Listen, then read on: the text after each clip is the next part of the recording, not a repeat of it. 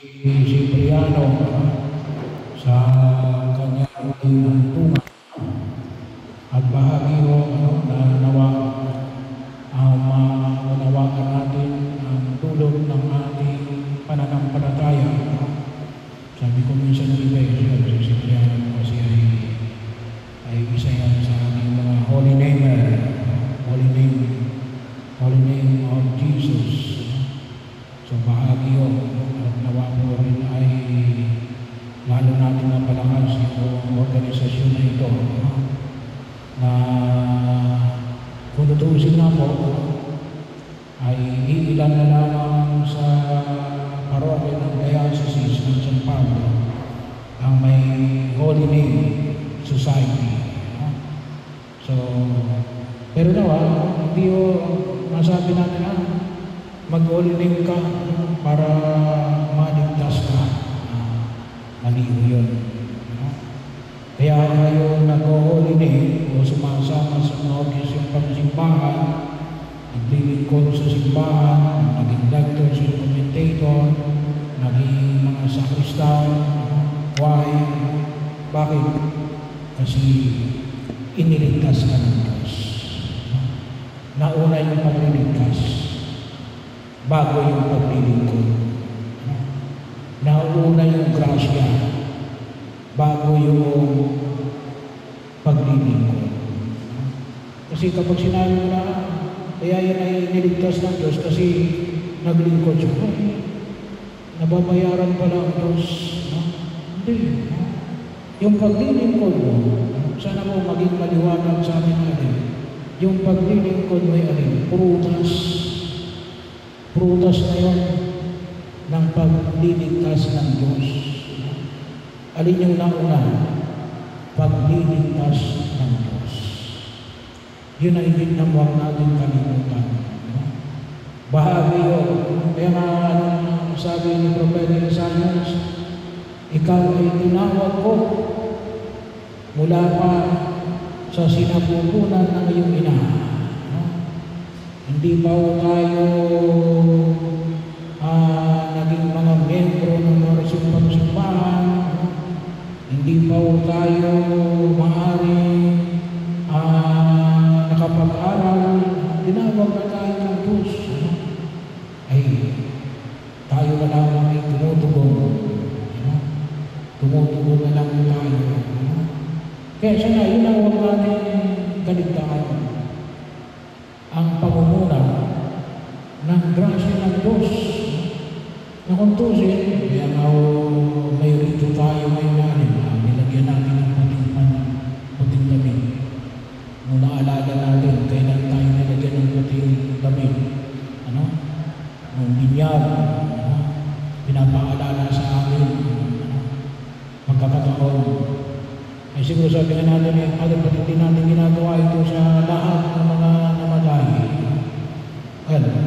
Pwede naman, kailan sabi nga natin na hindi pa tayo handa. Hindi pa lahat ay handa sa nabanggit ng pagkilos. Pero kunti-kunti, sana po, maintindihan natin yung kahalagahan ng ating pananampalataya.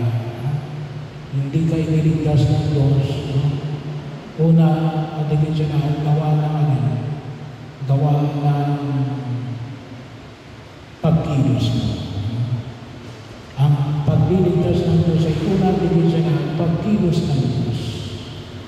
Para natin pakinabangan ang pagliligtas ng Diyos na nangyari almost 2,000 years ago sa bundok ng Kalbaryo sa pamamagitan ng paghihirap, pagkamatay, muling pagkabuhay ng ating Panginoon sa Kristo, tayo ay tumutugon sa kanyang panawagan.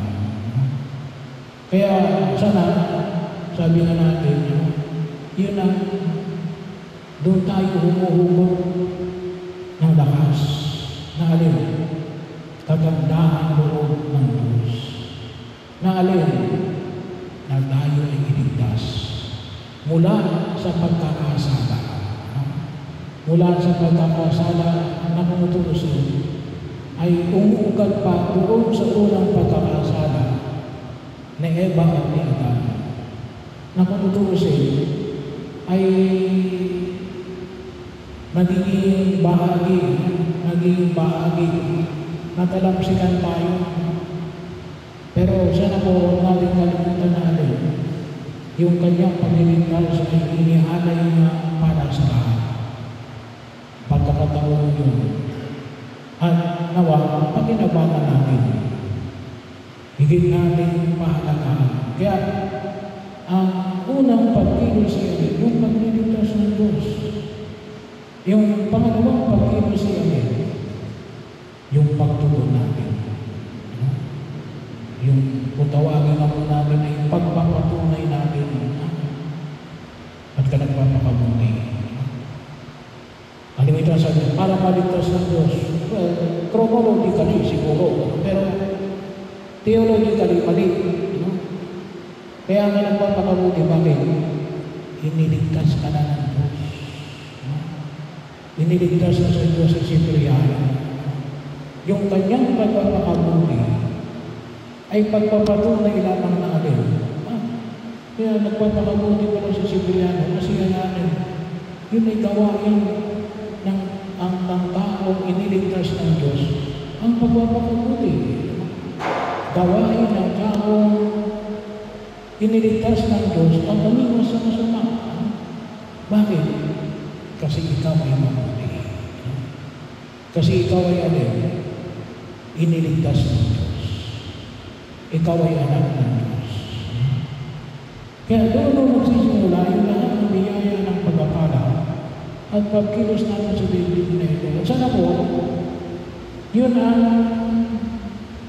pag-uugutan natin ng lahat ng pagkilos. Kasi kuminsan ang sabi ng iba, mahirap magpakabuti kasi bakit tao lang ako. Sorry, hindi ka lang tao. Anak ka ng Diyos. Huwag natin kalimutan yun. Kaya tayo pumunta sa langit ay hindi lamang sabagat tayo ay tao. Tayo pumunta sa langit bakit? Tayo hindi mga anak ng Diyos. At dahil tayo mga anak ng Diyos,